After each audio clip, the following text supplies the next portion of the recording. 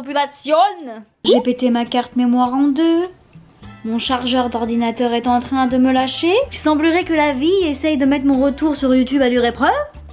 Mais que nenni! Alors, aujourd'hui c'est quoi les news? Dans ma petite vie, ça va. Toujours à Pittsburgh, aux États-Unis, chez monsieur. Oula, l'ange Gabriel. J'attends un peu. Non, on se calme. Les températures commencent à descendre un petit peu, hein, parce que bon, les 29-30 degrés, à un moment faut que ça cesse. Mais le problème c'est que je n'ai rien pris d'un peu plus automnal, hivernal comme fringue, donc je me caille le cul. Heureusement que mon mec est assez compréhensif, me laisse littéralement lui piquer la moitié de ses fringues. C'est la vie qu'il a décidé de mener. Qu'est-ce que je... Petite pustule là. Bon. Parce que ici on est décomplexé, hein, on est nature pas nature. Donc je vais vous montrer un truc. Donc voilà, ici ma personne. Et de profil, cette personne a ce qu'on appelle du bide. Hein. Je ne suis absolument pas enceinte, hein. On se calme. Par contre, je crois que je suis en pleine période d'ovulation. Bref, c'est déjà trop d'informations. À stocker là-dedans, j'ai un utérus, un vagin, un côlon, un intestin grêle, un gros intestin. Comment voulez-vous que j'ai un putain de ventre plat? Et en plus, je bois 6 litres d'eau par jour. Donc ouais, cette petite aparté pour vous montrer que... Voilà, c'est normal. C'est normal d'avoir du bide. Ah, je fais absolument pas de sport aussi. Ça doit pas aider. Mais bon. Who cares? Là, mon mec, il est dehors. C'est pour ça que je filme. Parce que sinon, mais j'ai une peur bleue de sortir ma caméra quand il y a du monde dans cette baraque. 1 hour later. Je vous emmène avec moi en balade. Pas trop loin parce que je n'aime pas marcher. Ouais, puis j'ose pas prendre la voiture de mon mec parce que genre elle est neuve. Parce que si j'abîme sa voiture, Vraiment, je pourrais prendre la voiture de mon mec, mais j'ai tellement peur de l'abîmer. Genre, tu sais, une petite rayure ou un petit accrochage. C'est vite arrivé. Et mon mec, il me fait peur quand il s'énerve. Pas du tout parce que c'est un type toxique ou quoi que ce soit. Plutôt parce que quand il s'énerve, genre, il crie pas. Moi, je pense que je dois avoir un pet au casque. Mais du coup, le cousse, quand il est vraiment énervé, il est silencieux. Et ça, je crois que c'est le pire. Bon, sinon, il y a 2-3 trucs qui m'ont vraiment vénère ces derniers jours. Je vais en parler vite fait, mais pas trop parce que sinon ça va encore me... Hein? Premièrement, l'état du Texas aux États-Unis, qu'est-ce qu'ils ont trouvé le moyen de faire? De passer une loi, une putain de loi, qui interdit d'avorter après 6 semaines de grossesse. Donc en gros, à partir du moment où le cœur du fœtus est détectable, vous avez plus le droit d'avorter. Le problème, c'est que 85% des femmes qui avortent dans cet état, c'est après 6 semaines. Donc on se retrouve à repartir au Moyen-Âge, là où la femme n'a pas vraiment de droit à part celui de fermer sa gueule, parce que les besoins en avortement vont rester les mêmes. Sauf que ça va être à la bonne franquette, hein, on va pas se mentir. Je sais pas si vous avez vu la série La Servante écarlate, Handmaid's Tale. Même vibe. Enfin je sais pas, mais si t'es contre l'avortement, bah tu fais pas avorter, qu'est-ce que tu nous emmerdes? Et l'autre truc qui me... Je vais essayer de dire ça sans insulter des mères, mais une certaine candidate de télé-réalité, dont je tairai le nom, ça commence par Maëva, ça finit par Guénam, a eu la merveilleuse idée de faire la promotion d'une pratique gynécologique appelée mésothérapie ou radiofréquence. Allô Houston, nous avons un problème. Et l'argument de vente, vous savez ce que c'était? Je trouve ça super important d'avoir un beau vagin. Chacun ses pratiques, mais déjà je doute que tu connaisses l'intérieur, à savoir le vagin, parce que le vagin n'est pas en extérieur.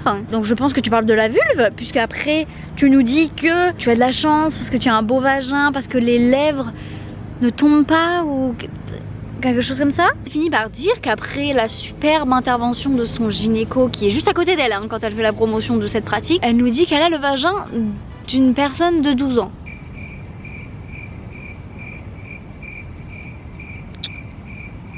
Elle est ravagée ou quoi? On va tout de suite arrêter d'infantiliser le corps des femmes ou de sexualiser le corps d'enfants, hein?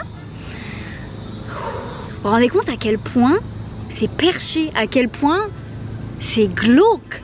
Ça me dégoûte et ça m'inquiète de me dire que cette meuf a 3 millions d'abonnés quoi. Et qu'elle partage ce genre de merde à 3 millions de personnes. Je sais pas le conseil à vous donner hein, mais faites un petit tri dans vos abonnements, hein? Ah, je vous jure, moi je suis dans la positivité, dans la bienveillance, tout ce que vous voulez, mais des individus pareils. Parce qu'on va pas se mentir, pourquoi elle fait ça? Parce qu'elle a un cachet qui rentre derrière, parce qu'elle a un petit chèque. Faudrait que je me renseigne, mais son audience ça doit être quoi? Des enfants? Vraiment? des filles qui ont, je sais pas, 14, 15 ans. Elle va leur mettre dans le crâne qu'il faut qu'elle fasse une intervention pour garder un vagin jeune de 12 ans. Jesus fucking Christ. Genre même jusque dans notre slip ils vont venir nous faire chier, nous trouver des complexes. Non mais je rêve, je rêve. Elle est vraiment dérangée, mais venez on arrête de parler d'elle parce que ça y est, ça m'énerve là. Ça rebelote.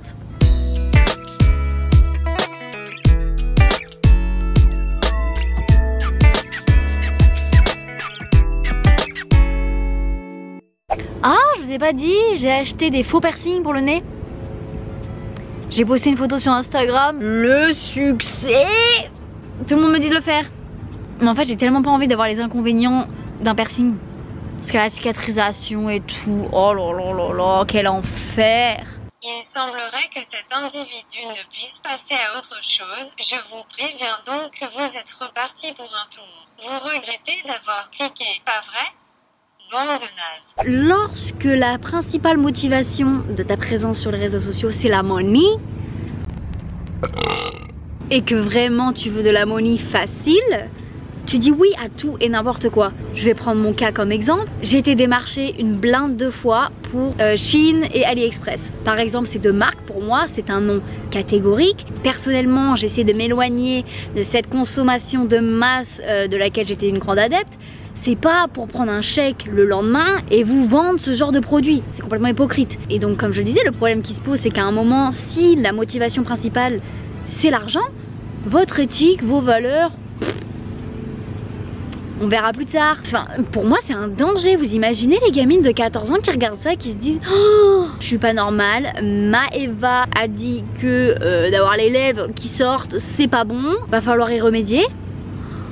Aïe aïe aïe aïe aïe aïe aïe. 2 days later. J'ai pas envie de me coiffer aujourd'hui, whatever. J'ai pris du recul sur la situation et j'ai vraiment pris conscience que le problème c'était pas du tout Maëva Guénam. Enfin, je m'explique. Donc certes, elle vient du milieu de la télé-réalité et c'est un contenu que j'ai beaucoup consommé quand j'étais plus jeune.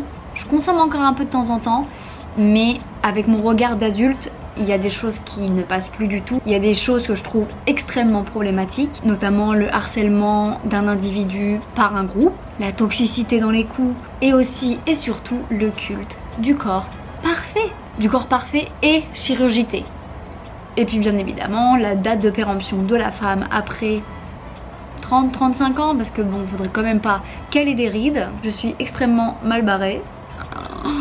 Mais en fait c'est sur ça que j'aimerais rebondir, c'est le fait que la télé-réalité et tous les gens qui en sont issus ne sont juste que des produits du patriarcat et notamment du male gaze. On entend beaucoup ce terme, un terme anglais qui veut juste simplement dire la vision masculine sur tout ce que peut être une femme. Il est clair que pour énormément d'industries, c'est bénéfique que la femme ait des complexes. Et quand je parle d'industrie, je parle d'industrie cosmétique, notamment chirurgie ou encore même produits de beauté. Les crèmes anti-rides, anti-ceci, anti-cela, l'industrie du régime. Dans tout ça, j'englobe fitness, j'englobe pilule amincissante et tout le tintouin. Pour eux, il n'y a pas à chier le fait qu'on ait des complexes.